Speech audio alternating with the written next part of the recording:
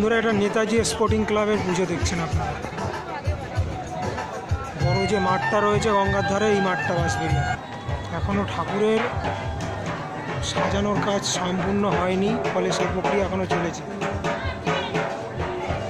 এখানে পুরোপুরি দেখুন শিবের মূর্তি। কারণ আগেই বলেছি, কার্তিক পুজোয় কিন্তু হরেক রকমের মূর্তি পুজোর প্রচলন রয়েছে। ঝাড়বাতিটা খুবই সুন্দর।